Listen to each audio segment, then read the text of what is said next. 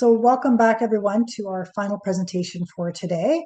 We are talking about the Retirement Home Regulatory Authority for this session. And we are pleased to have two presenters with us. The first speaker I want to introduce is Ben Razulis, and he is the Manager of Inspections at RHRA. And Ben has been with the RHRA since 2012, and he currently, as I indicated, is the manager in the West region and has held that position since 2021. Previously, he held the position of inspector and as a specialist team lead and manager of compliance and client services team at RHRA. During that time, Ben was involved in several program developments and process involvement or improvement initiatives within the licensee compliance assurance office.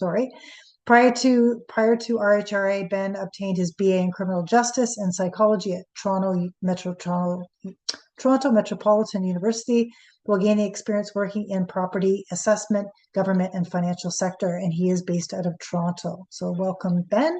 We had Ben at prior presentations, so we're pleased that he's able to join us again.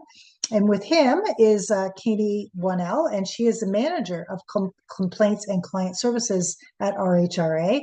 And she has been there since 2021 and held this role since that time. And she has been with RHRA since 2021 and had this role since 2024 in February. She initially joined RHRA as a specialist on the complaints team and also held the position of the team lead. She brings a decade of regulatory experience and has also worked in other regulatories, including the Ontario College of Pharmacists and the College of Physicians and Surgeons in Ontario. She recently launched RHRA self-service portal, which is available to the public and retirement home licensees and operators.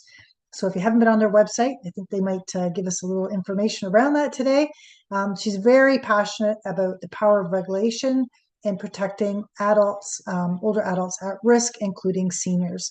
So I'm going to turn it over to our presenters and let them carry on with their presentation today. I know they have a wealth, and there's going to be lots of questions, I suspect, on retirement homes. So please post those in the Q&A and anything you want to add in the chat box. So thank you both. Well, thank you, Rayanne. I'm just going to pull my screen up here. Hopefully that pops up for everyone shortly. Yep, that's great.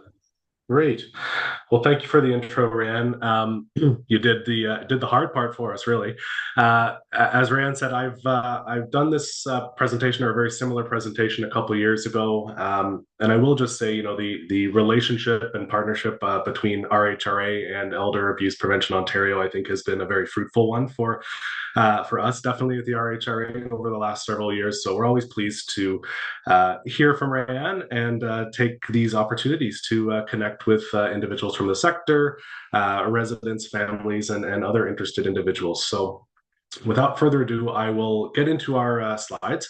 As Rayanne mentioned, both Katie and I will be presenting. So just to give you a little overview of today's session, I'm going to talk just about RHRA generally, give you a little bit of an overview and industry snapshot just based on some information we've collected over the last couple of years. I'll also give us a little introduction to our licensee compliance assurance team, which covers both my function and Katie's functions in complaints and client services. I will then hand it over to Katie, who really will get into the bread and butter of why we're here, which is reporting matters to the RHRA, what that looks like, the types of things we are expecting people to report and that we typically hear about, as well as our formal complaints program, which is slightly different, but also an avenue for people to submit information and concerns to us around certain things that may be occurring at a retirement home. I will then also provide an overview of our inspections program, which typically does come into play following a report to an RHRA individual around abuse or neglect, as well as certain formal complaints.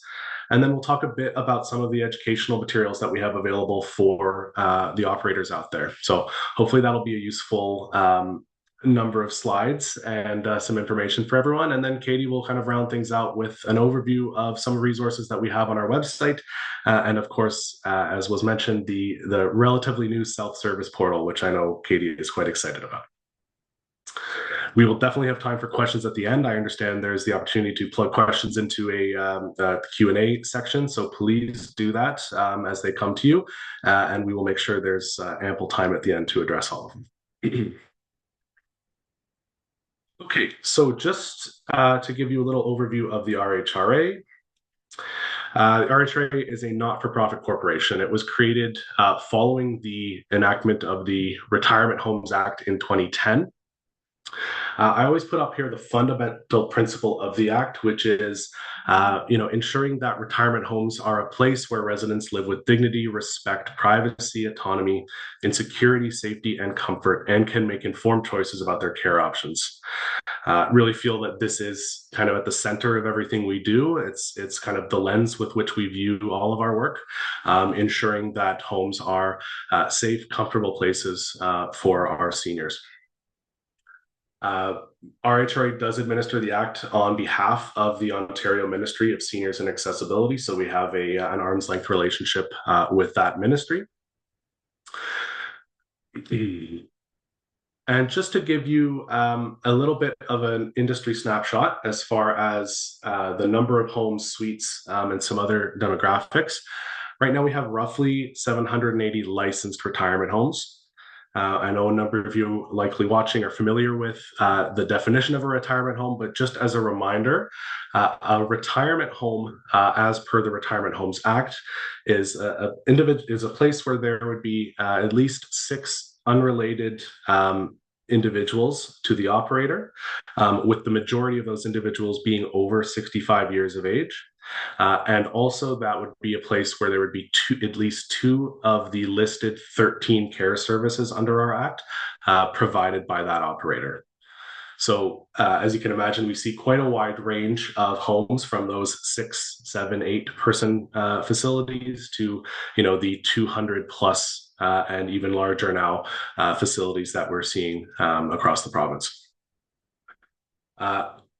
Of those 780 homes, I think that encompasses a little more now than 70,000 suites. And as last counted, I believe it was December of 2021, so a few years ago now, there were 66,000 residents living in retirement homes, and that was based on ministry data. I imagine that number is significantly increased at this point. Of those 780 homes, about 12% are co-located with a long-term care facility. So there would be, part of the building as a private retirement home and part of the building as a long-term care facility, which then, of course, would be overseen and regulated by the Ministry of Long-Term Care. One other thing I will just say about retirement homes, I think generally people think of retirement homes as independent living. And I know we mentioned long-term care, which of course does cater to higher care needs. I do think more and more what we are seeing at RHRA is that in reality, many retirement homes are very much catering to those high care needs as well. So it is not as much independent living as it used to be, or as people often think it is. There is quite a large number of care services and high care needs that are being addressed there. And you'll see there, it says around 10 care services per home are provided. A little information about some residents that we collected, again, a few years ago now through a joint study with McMaster University, but the average age at that time of residents was around 86. 70% of those residents were female. So again, I imagine there might be some change there, but probably not significantly over the last couple of years. I think it's important to note that nearly half of retirement home residents, while they might be receiving care from the home directly and the home staff, they are also clients of Ontario Health at Home, or formerly the CCAC Local Health Integration Network folks. So again, I think there's around over 2 million of hours a year of Ontario Health at Home services that are being provided to Ontario retirement home residents. Large chunk of this is for personal support services and help with daily activities of living. So dressing, bathing, personal hygiene, ambulation, things like that, where external care is coming into the home to assist as well. So back to the RHRA and generally what we do. So we administer the act, of course. That encompasses a number of different things.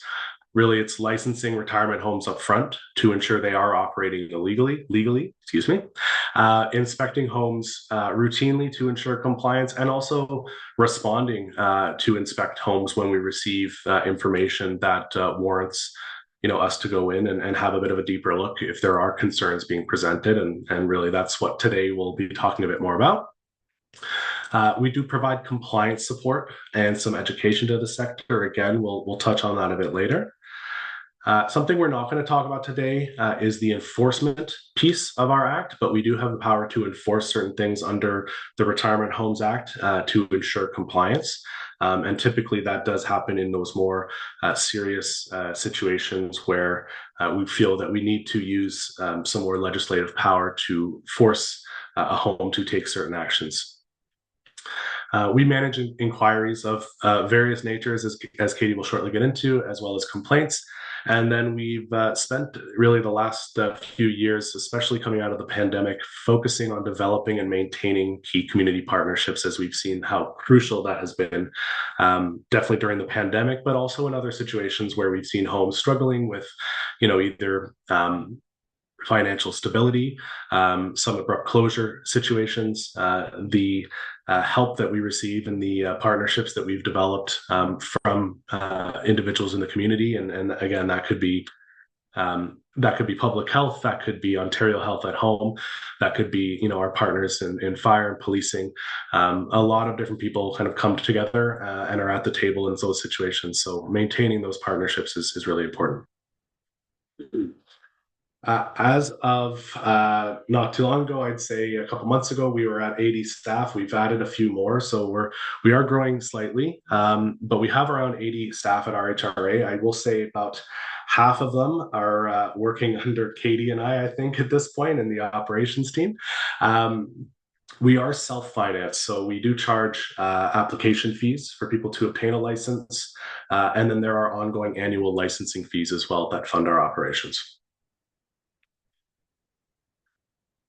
So speaking of the teams that Katie and I work for, just to give you a little bit of an overview, the department that we work with is called Licensee Compliance Assurance, and we report up to a director of that unit, and who ultimately reports to our deputy registrar. Really two main functions within Licensee Compliance Assurance. One is the complaints and client services team. Really that deals with client services being intake of concerns that can be received, via telephone, email, web form, any format really.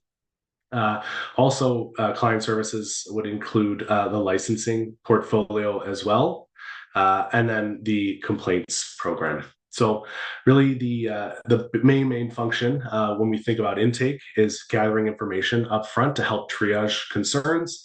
And again, we're doing this with this focus on harm or risk of harm to residents. Concerns, when they get triaged, really get processed in a few different ways. One would be a mandatory report, one would be a formal complaint, and the third would be an early intervention case, which I know Katie will touch on as well. Inspections, we do regular inspections at retirement homes. And so the inspectors are out in the field collecting information. In some sense, it's going to be based on information that comes from intake. In other situations, it will be more routine inspections where we're going out with a set list of items we're looking for to ensure that homes are maintaining certain care and safety standards. Really, when we're on an inspection, we're gathering evidence about those concerns or about those focus areas and assessing whether there's compliance with the Retirement Homes Act and the regulations. We also do, as part of our inspections, really try to emphasize education for licensees and staff. We're still a relatively young regulator, but we have been around for a while now, and we have picked up a lot of I think really valuable best practice guidance, as well as have some, other educational materials relating to specific parts of the Act and regulations that we regularly will share with retirement home operators. If we do find issues on inspections, we're going to issue citations. In most cases, and in those more serious cases, as I mentioned before, those get escalated for further review and potential enforcement action. So I will definitely get into inspections in a bit more detail in a few slides, but right now I will turn it over to Katie. Thank you, Ben. Hi, everyone. Um, so now that we have a little bit of the scene for who we are and what we do, we have more information about that reporting and complaints process that we can share. So here is the flow of the general triage of how concerns come through RHRA and what can happen with them. So really, when concerns are brought to our attention, we take, as Ben mentioned, this risk-based approach to determine how best really to triage those concerns through the appropriate processes. So Ben mentioned, generally that information is first received through the CCS intake team, through any means of communication. More information might be gathered at the initial stage, just depending on what comes through to us at the very beginning. Sometimes it's not always needed, but really to assess that risk of harm, we really want to make sure we've got the relevant facts. Regardless of the case, a case will be created in our system and a case number will be available for future reference. Then, through triaging the report, CCS, or the Complaints and Client Services team, we review that information. We're assessing the harm or risk of harm to residents. Once that harm is assessed, we can take a number of courses of action to address that report. So we can make further inquiries, just depending on the nature of those concerns. We can escalate, as Ben mentioned, for an inspection at that home. We can escalate for an investigation, which is slightly different from an inspection, really more serious concerns, for example, where a warrant might be required. We can make external referrals if the concerns are just not within our jurisdiction or someone else is better equipped to handle it. Or we can close the case. So, for example, a lower risk concern may be a resident missing an item. It might result in our team making further inquiries with that home. Maybe we find out that that item was eventually found, and it might result in case closure. A higher risk concern on the flip side might be a resident who wanders out of the home at night, they're hospitalized. That's very much likely to result in an inspection because of the harm to the resident. So, Section 75 of the Retirement Homes Act is really where the information is set out for when to report concerns and reports of harm to RHRA. So there are situations for when concerns must be immediately reported to us by anyone, and specifically when it's involving harm or risk of harm to one or more residents. So those situations involve improper and incompetent treatment or care, abuse by anyone, neglect by staff, unlawful conduct, and misuse and misappropriation of a resident's money. The next few slides will further define that for you. First, just to note, so concerns that are reported under Section 75 of the Retirement Homes Act can be referred to as mandatory reports or reports of harm. So you may see on our website, it says reports of harm. It may refer to mandatory reports. Those are synonymous with each other. They mean the same thing.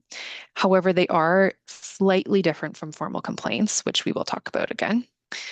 Some things to note. So if you are considering making a report to RHRA, it can be made anonymously. However, they mainly come with the reporter's information at the outset.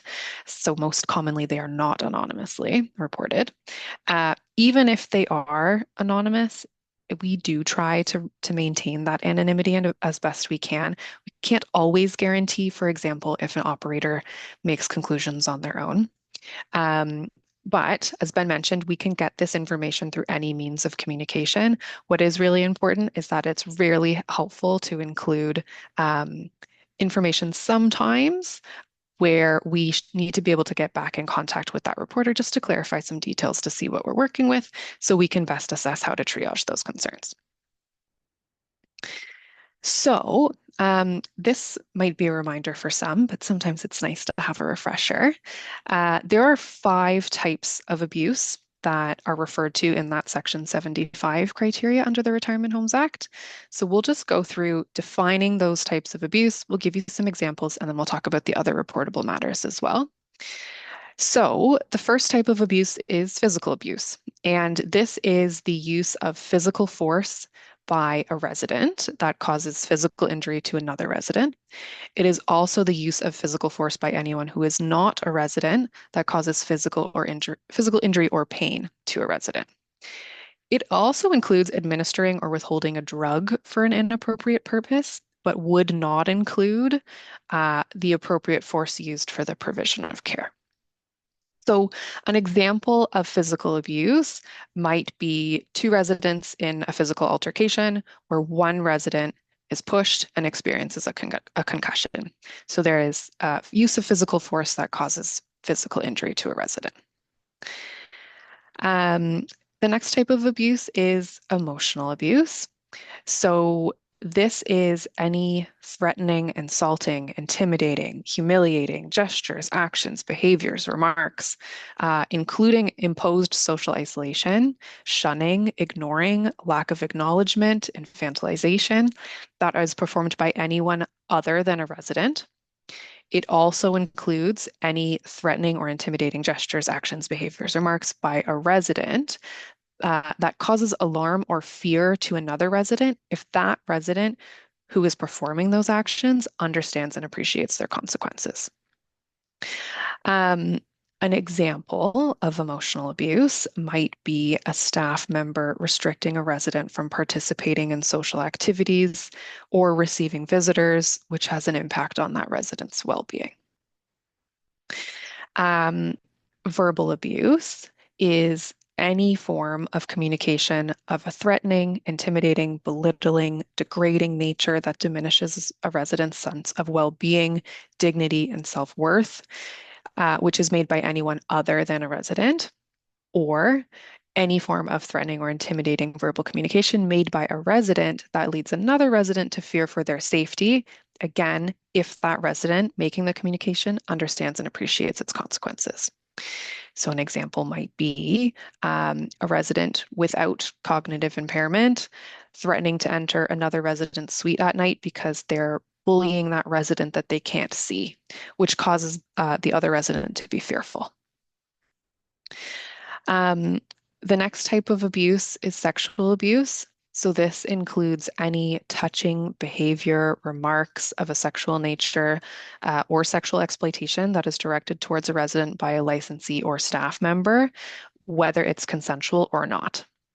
It also includes any non-consensual touching behavior or remarks of a sexual nature or exploitation directed towards a resident by anyone other than a licensee or staff member. It does not include actions or behaviors of a clinical nature, similar to physical abuse, that are appropriate for the provision of care, or consensual relationships between staff or licensees and residents, which began before residency or employment at the home. So an example of sexual abuse could be one resident touching another resident's bottom in the dining room. That other resident does not invite the touching and they express discomfort with that situation. And then finally, the last type of abuse here is financial abuse, and that means the misuse or misappropriation of a resident's money or property. So an example of financial abuse is perhaps a resident's wallet and hearing aids being taken by an external care provider, leaving that resident unable to hear properly and without cash available. So there are other reportable matters under Section 75 that we talked about. So that's what these are here. So the first one is improper and incompetent treatment or care, which is a mouthful. And it really is self-explanatory, but includes also care or treatment by external care providers. So an example might be staff who are to assist a resident with foot care, but do not properly cut that resident's toenails. It leads to an ingrown toenail, and that becomes infected. So that care was not done properly. It is slightly different from neglect, which has a higher threshold than improper or incompetent treatment or care. And this is by the licensee or staff of the home.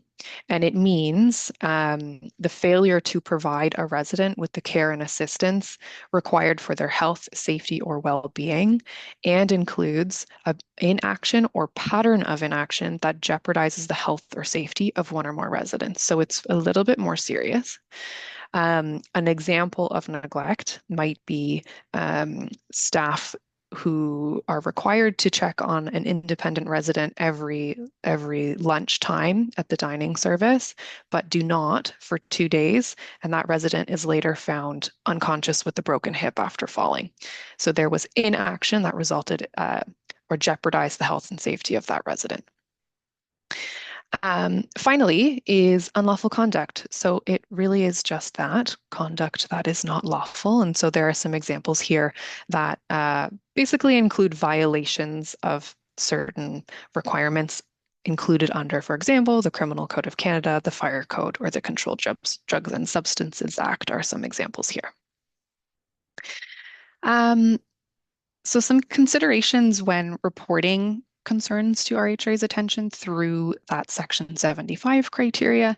So any of the situations that we've just described, again, must involve one or more residents of the home and must involve harm or risk of harm to a resident. So for example, we would not need to receive a report about a staff member being abused by anyone.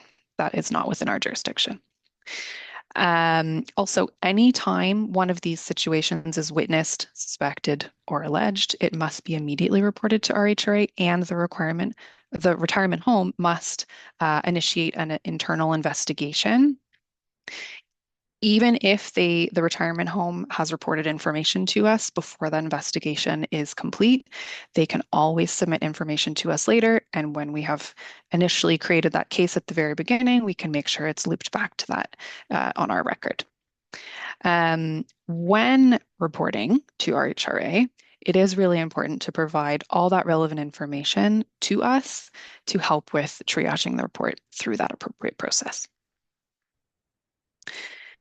So here is some data from our annual report from last year about mandatory reports specifically. So of about 1,600 mandatory reports, the majority of these concerns were related to abuse, which could include one of the 5 types of abuse, which I'll show you in a chart later how that's broken down. Followed by improper and incompetent treatment or care, then neglect, and other issues, which are a combination of many things I won't get into here. But you will also notice that year over year, we continue to see an increase in the number of reports and concerns that are brought to our attention, which could be the result of many factors. One of them could be just RHRA's awareness and who we are and what we do. Also, more awareness of the mandatory reporting obligations by anyone.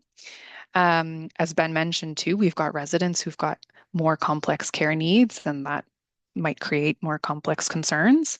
And then anecdotally, we've been seeing more frequently that families of residents or residents themselves have been installing cameras in their suites. So obviously, more eyes on a resident might result in more concerns with that retirement home, which might result in more concerns reported to our attention.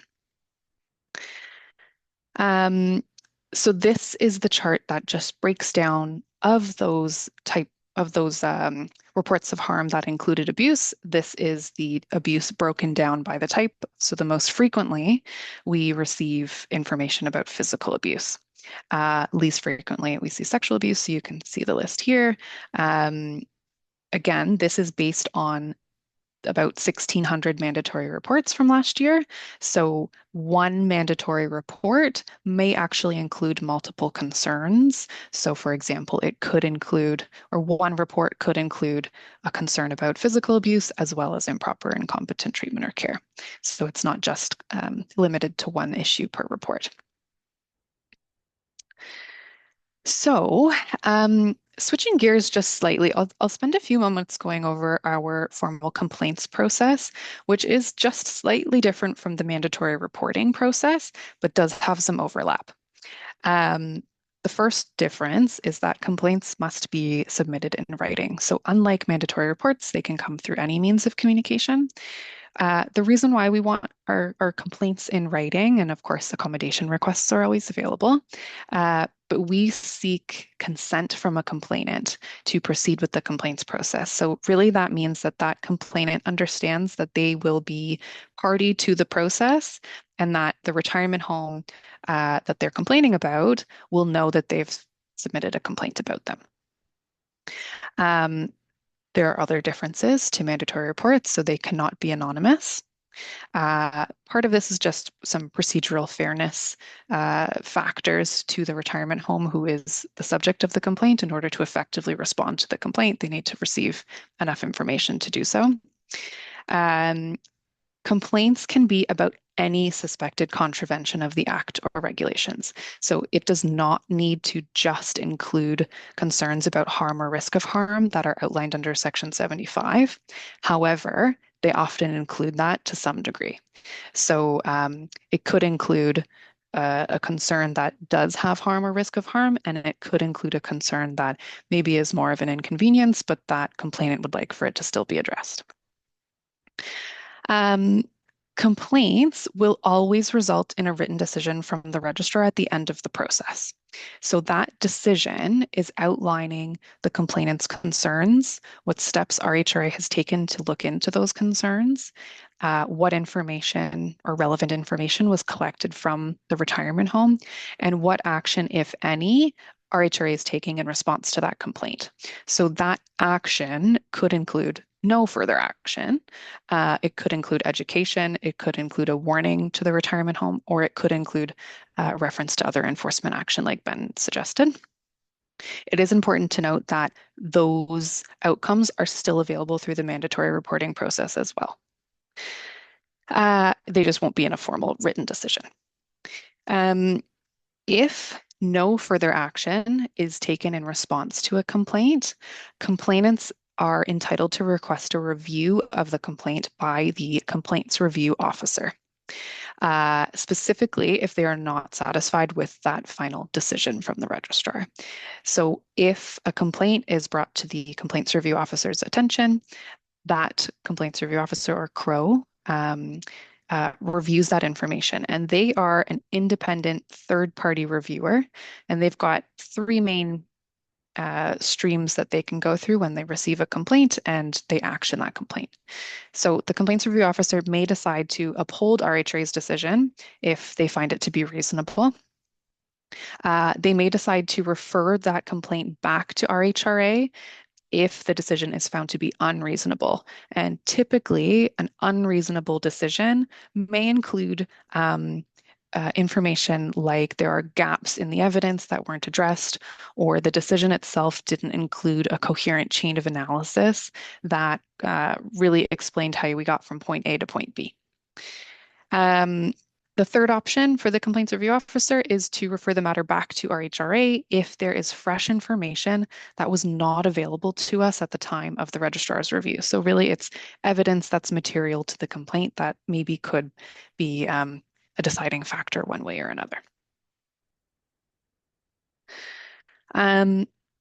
So here's just a little bit more information about complaints. They are most often received from residents or their substitute decision makers. And this is because information that we collect and refer to in the decision from the registrar at the end of the process is really private to that resident who was the subject of the complaint. So it can't be disclosed to just anyone without explicit consent to do so. So if you are deciding or debating between filing a mandatory report or a complaint, if you do not have consent to know information about that resident, the complaints process is probably not for you. When complaints are received, to address the concerns, information can be collected through a number of different streams. So the first stream is through our inspections pathway, and Ben will talk more about that momentarily. And this is the most common way that we we receive information in respect to complaints. We can also make inquiries directly with the retirement home, so we can request information and evidence directly through the operator themselves, or we can attempt to mediate or resolve concerns. Any information collected through those three streams will then be outlined in the registrar's decision at the end of the process. Like mandatory reports, complaints are also triaged based on harm or risk of harm. So more serious allegations will typically result in an inspection rather than trying to resolve a complaint that might have alleged neglect, for example. Here's some information that's also available on our website. So complaints often have more than one issue when they come through our doors. Not unlike mandatory reports, but probably more frequently than mandatory reports, are complaints including several concerns that may span a wide range of topics. So this again is from last year's data, but most frequently the types of concerns that we're receiving are related to improper or incompetent treatment or care, as well as abuse and neglect. So you'll recognize that those are also, I guess, three of the categories that fall under the Section 75 criteria. But then the other three concerns here are related to administrative issues or complaints procedures or building and maintenance issues. And these are not necessarily fitting under that Section 75 criteria. So they can include things that are lower risk as well. This is information also from our annual report last year. And really this chart is showing kind of year over year the number of complaints that we've processed. So similar to mandatory reports, this is also an area where we're seeing increases in volume, very much for the similar reasons that I described for mandatory reports. You'll also notice that, so for last year, we had 101 early intervention cases, and these are cases that are not necessarily falling under the formal complaints process, but might be information that gets called or emailed into RHRA without that formal consent to proceed with a complaint, but we can still do some mediating back with the retirement home to try to resolve those concerns. Typically, early intervention is a very successful process. People are often satisfied at the end of it, and it's much quicker than the formal complaints process because it's quite it's not quite as lengthy and administrative in nature. And as Ben will describe, also these complaints very much include some overlap with inspections work. So I'll hand it over to Ben. Thanks, Katie. All right, so to give a bit of an overview of our inspections program and inspections team, we'll share we've grown our team really since the start of the pandemic now to have, I believe, 24 full-time inspectors. We're bringing on one more, so 25 shortly.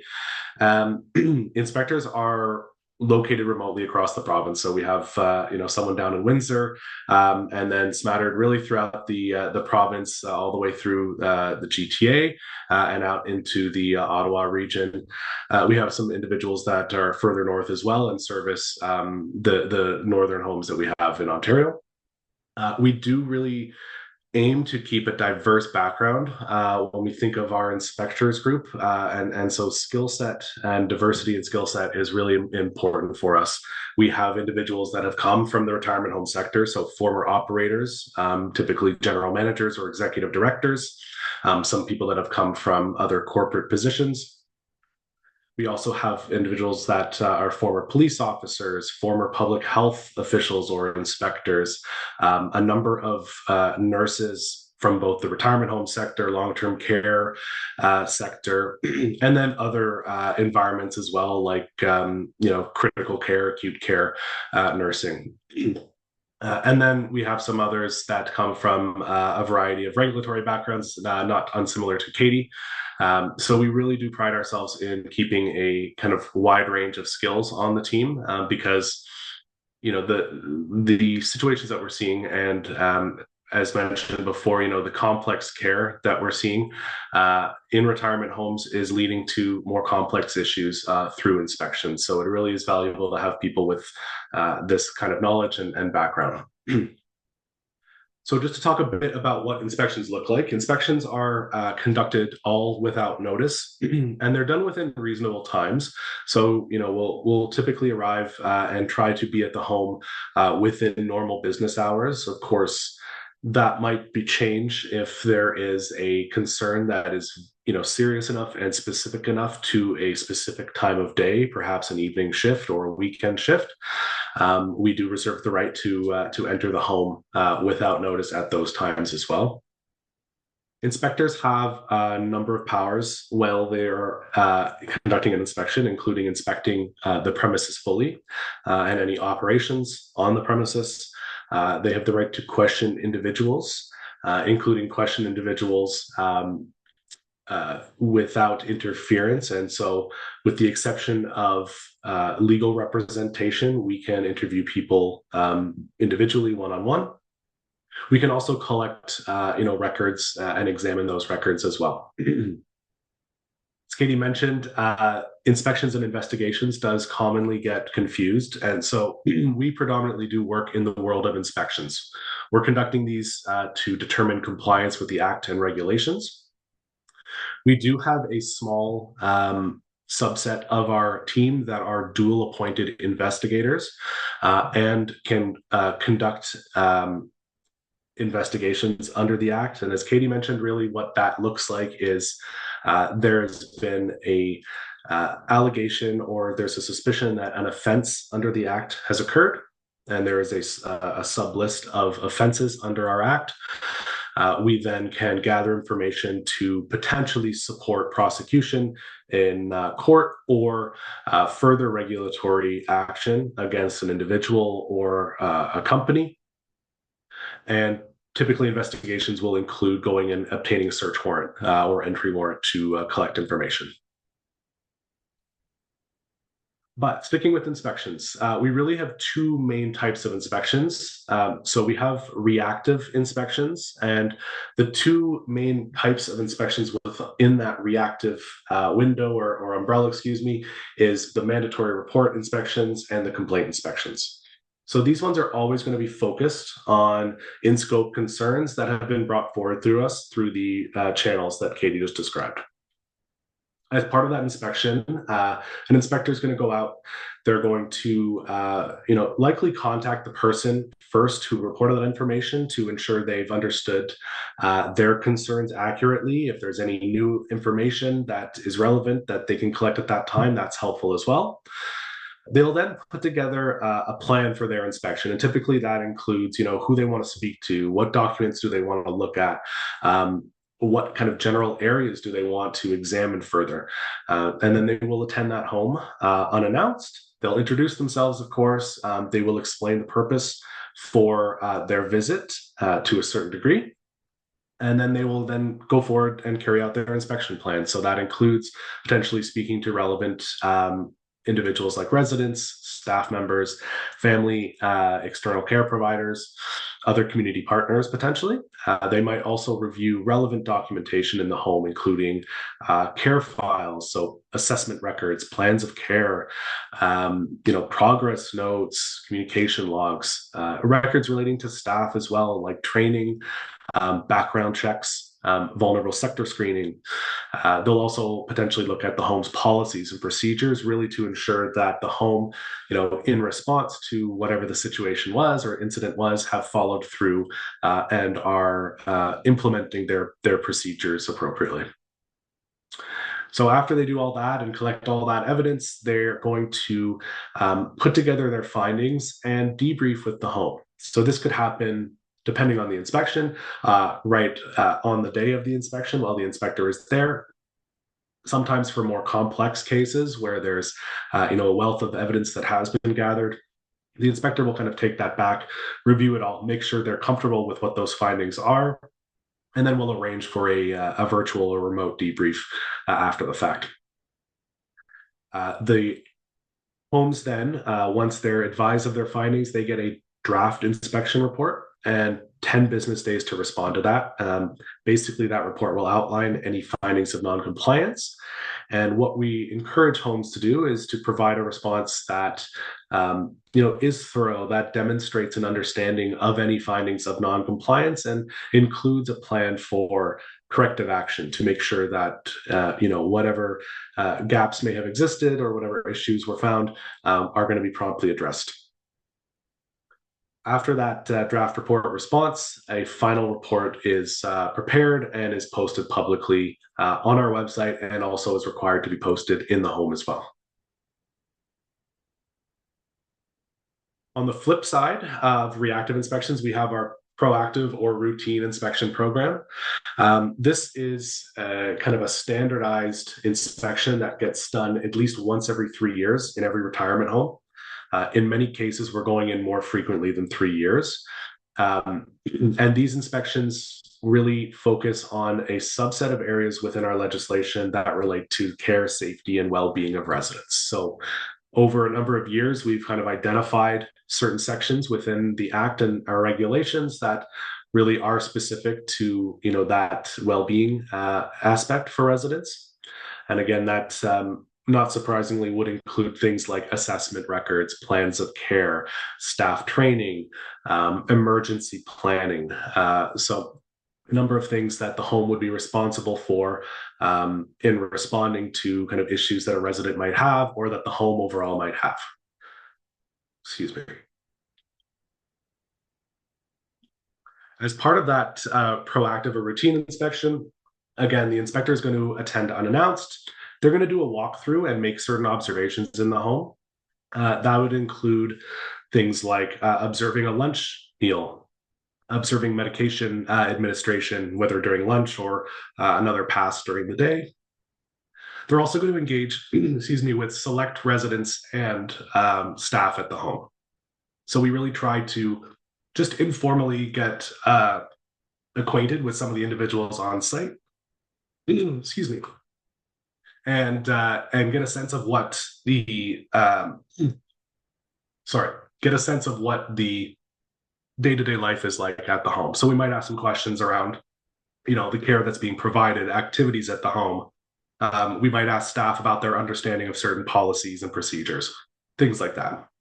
Again, we'll also review specific documentations and samples of resident care files, staff records, policies, and procedures. Similar to the other reactive inspections, we do a debrief to advise of findings, and then we go through that same draft and final report process. I apologize. I am losing my voice a bit after a lengthy illness, so I appreciate everyone's patience with me. All right, so I also put up some numbers here from our annual report relating to inspections. Similar to what Katie showed, we've seen year-over-year growth for inspections. Generally, that includes the number of reports of harm that are being referred for inspection. You'll see there at that top chart. Referred for inspection is obviously one option. We also do a number of inquiries through our inspections team as well. And these would be done kind of in collaboration with Katie's group. But you'll see there, again, a large number that have been closed by inquiry. These are situations that might include minor risks of harm, but are things that we feel we're comfortable to reach out to the home, collect information, have the home explain to us what steps they're taking to address the issue, and then close that off.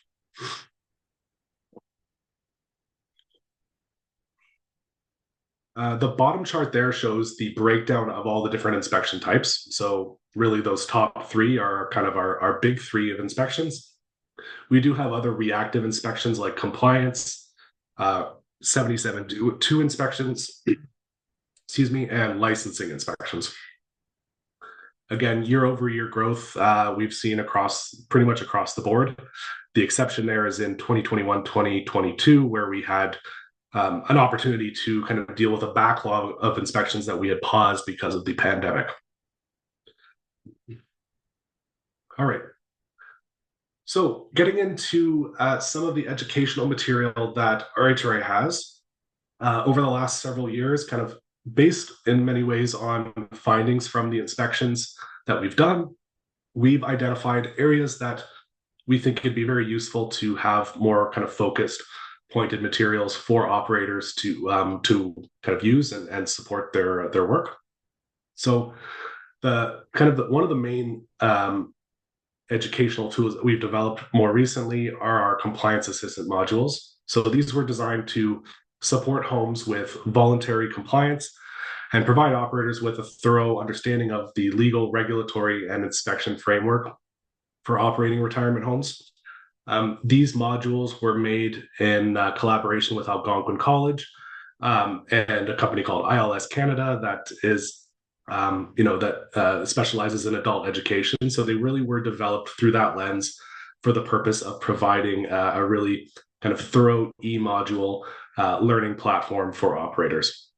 And you'll see listed there right now the 4 areas where we have CAMs. Again, this is an area where I think we've gotten some really good feedback, and we look to potentially add to that list as well going forward. We also have a series of guidance documents. So very relevant to our topics today, there is a guidance document around abuse and neglect, and that includes, managing situations of abuse and neglect at the home, those requirements that would be relevant for an operator to consider, and some best practice guidance around those situations. We then have other guidance documents like personal assistance service devices. Again, that's a very, very new one that's just been released, which I know we're excited about. It provides a bit more clarity as far as what a personal assistance service device is and what the relevant requirements are around that. We then also have a number of kind of more condensed fact sheets. So what to expect type fact sheets for an inspection, which I know have been helpful for new operators. Fact sheets around residents that are transitioning back from hospital to the home and what to expect there and how to work with all the relevant parties in that situation. Fact sheets around whistleblowing, right? What does whistleblowing mean? What does it entail? How do we prevent that? And how do we protect people who are bringing forward information and concerns? And then finally, I want to mention our compliance support program. So compliance support was a program we developed going back, I'd say 2016, 2017 is when it really took hold. It's grown substantially since then. It is a free voluntary program, and it's run by a team that is not related to Katie or Maya's team, but we work closely with. And basically, there are specialists in that program that will provide one-on-one support with an operator, with retirement home staff, over an extended period of time on a kind of specific set of areas. So if there have been, let's say, a number of inspections over, the course of a few years where there's been repeat non-compliances, the inspector will typically, flag that home for compliance support. It will get triaged by that team.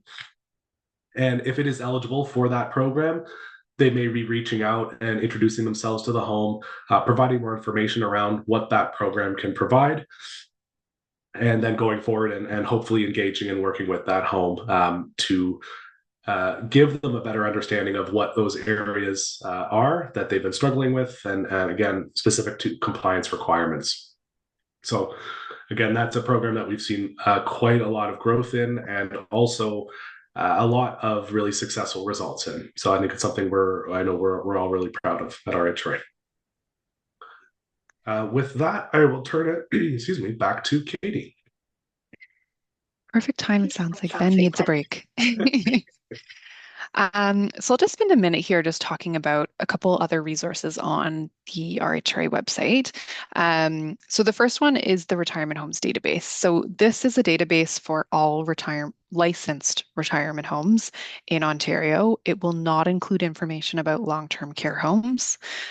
It will not include information about facilities that may be geared towards seniors but do not meet the definition of a retirement home like Ben described at the outset. So majority of residents at least 65 years or older, 6 residents or more, where at least 2 care services are offered. anyone can search for a retirement home on the database by the address or the resident's name. You can also search for other search criteria like which care services are offered by the retirement home, or if there are any enforcement orders on the retirement home's license. If you do suspect that a facility may be operating as a retirement home under that definition, but does not have a license with RHRA, you can give the intake team a shout and we will help walk you through that process of what the options are.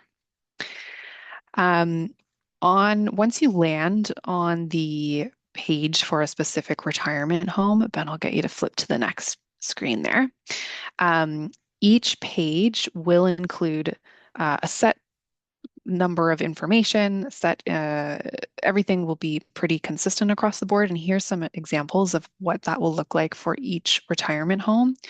So there will always be information about what that retirement home offers in terms of care services. So a retirement home does not have to offer every care service, but we do report on externally, publicly, what that retirement home does have.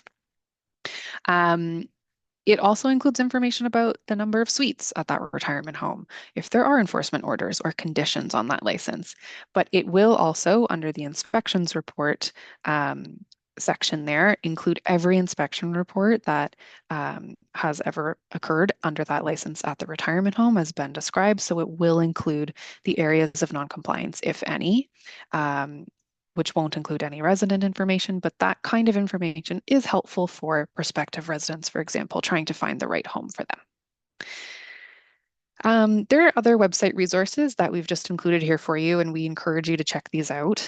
We won't go into a ton of detail about all of these, but we have frequently asked questions. So there are, of course, going to be topics that we don't hit on today, but they might be included in the FAQs on our website. And they're broken down by just general FAQs, licensee, operator FAQs, as well as for residents and families. So here are some examples of just some general ones. So we talk about compliance with the Act and looking at care and safety standards. What are those care and safety standards that'll point you in that right direction? What happens if there's an emergency after hours that you can't reach a RHRA person right away? How can you contact us for a different way? What happens if there are things that are not within RHRA's jurisdiction? So there's information there for you. There's also FAQs for residents and family members. So what rights does the Act set out? So the Bill of Rights for residents is listed there for folks to look into. What happens if a retirement home closes without giving notice? What are their requirements? What does RHRA do to intervene? And then for licensees and operators, how can I provide feedback to RHRA? What if there are changes to the regulations? How will I know? How do we monitor and enforce compliance? So we encourage you to go check that out. We won't get into all of the details here, but again, happy to answer questions at the end. And then I'll just spend a couple minutes very quickly talking about our self-service portal, which Ben mentioned is new. So this is a tool that we launched last fall, really designed to enhance communications with RHRA. So on the portal, which is available through the website, anyone can submit a mandatory report or a formal complaint. It's a little bit easier through that process because you don't have to save a PDF form. And once it is submitted, it goes directly to us and it kind of lists out the information that we're looking for. So it's pretty user-friendly. Also, for licensees and operators with a portal account, so if licensees and operators are intended to have a portal account, they will receive information from or an invitation from RHRA to access that portal account.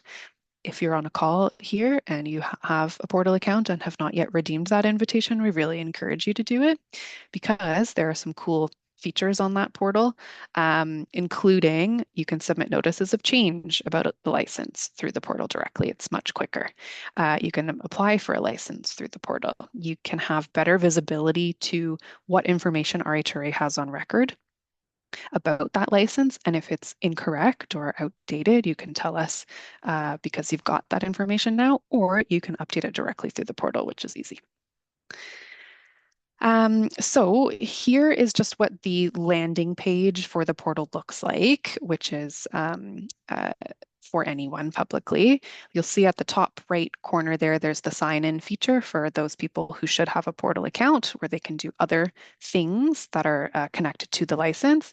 But then for those who wish to submit a report of harm or mandatory report or a complaint, there's that big red button there, and you can click that and it will take you to the relevant page. So here is just what the mandatory reporting form part of it looks like anyway. So we will ask for your contact information. However, there is an option to submit a report anonymously. So you don't have to include your contact information.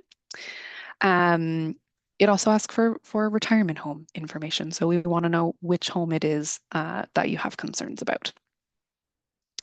Here is really where we're asking for that detail about the report. So we want to know when it happened, if it was reported to the home. There's text boxes, obviously, for where you can include all of that relevant information. And if the home is aware or has responded to those concerns, we would like to know. There is a choice for you if you would like to save the form yourself, so you can have a copy of it handy, or you can submit it directly through to RHRA and we will receive a copy automatically. It will create a case and we can get going on the triaging process. If you have signed into your portal account as a licensee or operator and you have submitted a mandatory report, it will automatically keep a record of every mandatory report that you've submitted to RHRA, which is new and nice to then go refer back to if you ever need it. So we'll end things there with time for some questions, hopefully. And if you have any questions that we can't address here, please feel free to give us a shout either by phone or email or through our portal, and we are happy to help in whatever way we can. That was great. Excellent. So much to cover. We have some great questions for both of you. I'll just start with the chat box and then I'll go to the Q&A box. Just a quick question. Are you independent from government in terms of responsibility, like your response? You're not, what's the relationship between government and yourselves? Is it hands off? It's an arm's length relationship. We are required to report certain things to them, but operationally, we do function independently. Yes. Okay. And then are inspections done randomly, or do you inform people when you're coming to the homes? Randomly, I don't know if there is the right word, but we do not inform homes when we are going to be arriving. As I mentioned a couple times, I think they are now unannounced. Several years ago, we did provide 24 hours notice for routine inspections only, but that has not been a practice since I'd say 2019. And I guess the other question is, are you seeing a shift in the level of care that retirement homes are providing? I know, given like wait lists to get into long-term care, are retirement homes shifting to provide more care services than they have in the past? Are you seeing any change in that?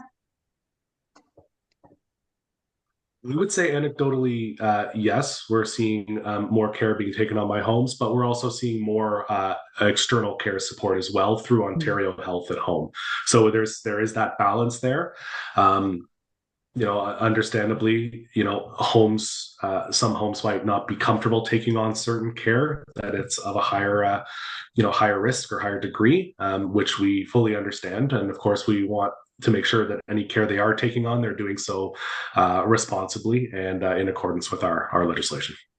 And the difference between people going to retirement home versus long-term care, it really does depend on the level of care that the individual requires, I would suspect. Long-term care is a lot more, maybe heavier care that the person may need versus retirement homes, more independent living.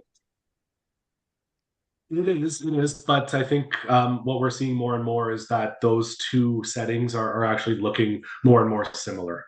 So I'd say, when I started, 13, 14 years ago, it was a much more independent living. But I'd say in the last 5 or 6 years, it's been a really, really significant shift to higher care needs. And again, homes either homes or a combination of homes and external care support coming in to provide that more advanced care to residents. Okay. Somebody was just making a comment, and it is interesting that there are more women than men in in retirement homes. Is that just because,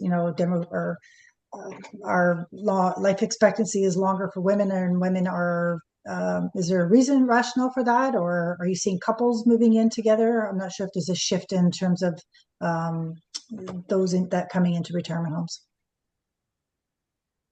It's an excellent question. I'll let Katie jump into, because I know she works on the licensing side and probably has some good insights there. But yeah, I mean, that study was done by people smarter than myself, so I don't want to make too many comments on why that is. But yeah, I imagine you're probably not far off with some of that.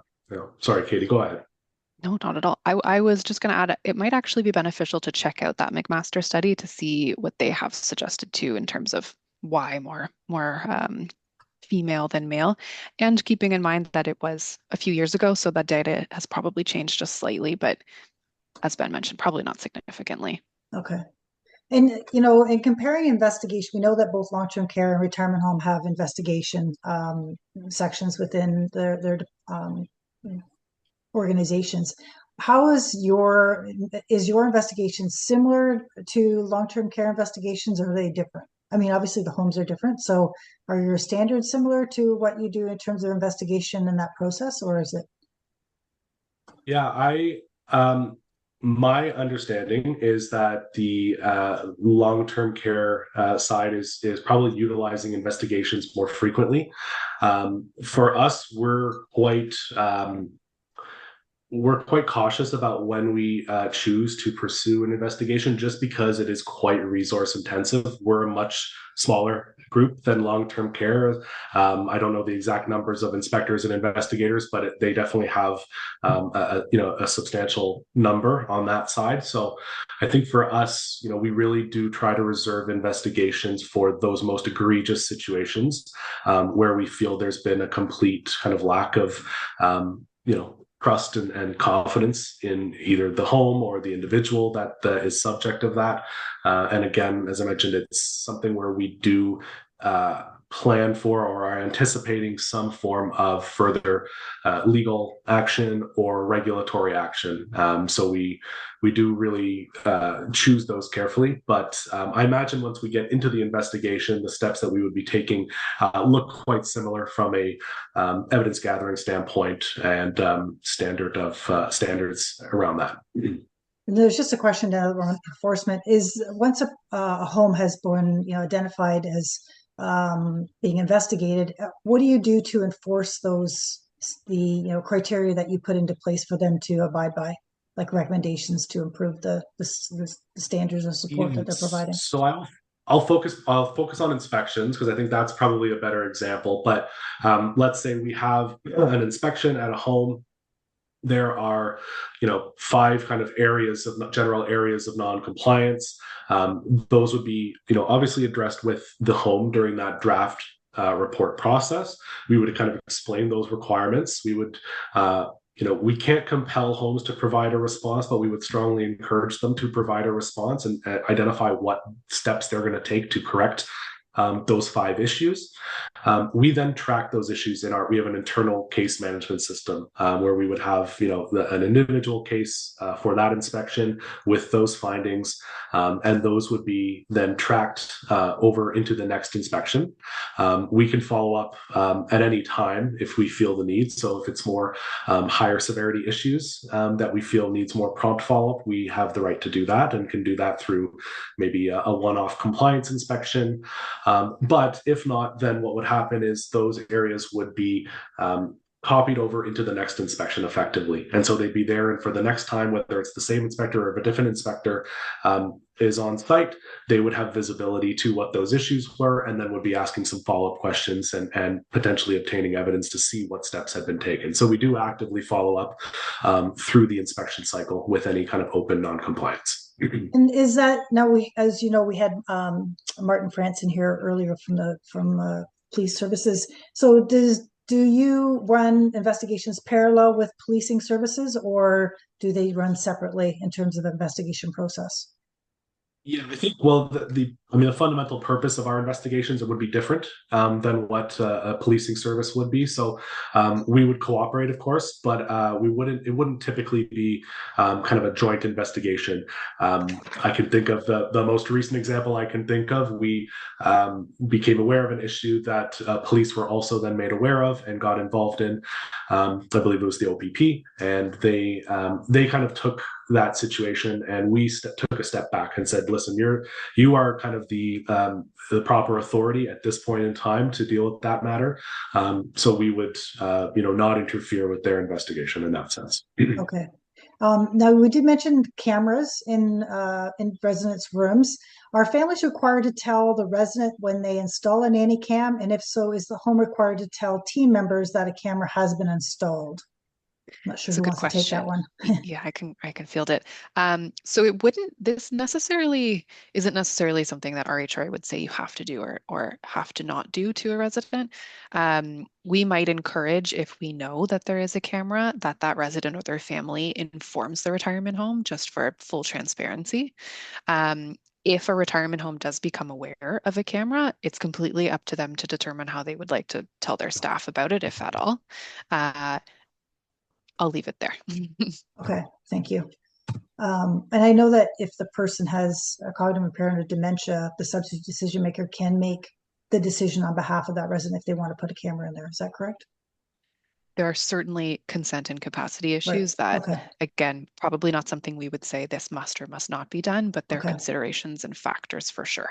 Okay. There was just another question. If a resident files a complaint against another resident, does the accused resident have access? We'll get echo. Does the accused resident have access to the results of the complaint? Uh, the short answer is no, or not necessarily. If a complaint is made to the RHRA, that complaint is kind of contained within the complainant's world and then back to the retirement home. We wouldn't be sharing that with other people, especially because there are, again, details about residents that might not be appropriate to disclose to other folks. If there is a complaint that's made to a retirement home about a resident, again, that might be something up to the staff of the retirement home to determine what's the appropriate detail to share back with other folks. Okay, and I'm not sure if you're able to answer this because of the data collection process, but are the abuse and neglect inspections broken down by the perpetrator or alleged perpetrator, like by their fellow resident, a staff member, an external person? You know, if it's an external care person that's coming in to provide care, do you collect that type of data? We would be collecting that internally. We haven't made that information public yet. Okay. Yeah. There's a couple more questions. You mentioned that you should not have access to a client's care information. You should not, sorry, you mentioned if you should not have access to the client's care information, you should not be reporting suspected abuse. What would I do as an external provider if abuse is suspected of a retirement home resident is disclosed to me? If abuse is suspected, it should be reported to RHRA. The difference being that the complaints process is different. So reporting, absolutely, even if you don't have consent to know about that resident, please share that information with us. The complaints process slightly different because of that consent to disclose information back to the complainant. Thank you. And then there's just one last question. We did talk about discharge, I think, on one of the other presentations about being discharged from hospital back to a retirement home. But if the retirement home says they're going to increase the monthly costs because of maybe increased care, now that's a financial hardship for the individual because of increased costs. Is that considered harmful or a risk? I can jump in, but Ben, please feel free to Okay. also share. Yep. So this is a issue that comes up pretty frequently. As Ben mentioned, we do have a fact sheet on our website about transitioning residents back from hospital.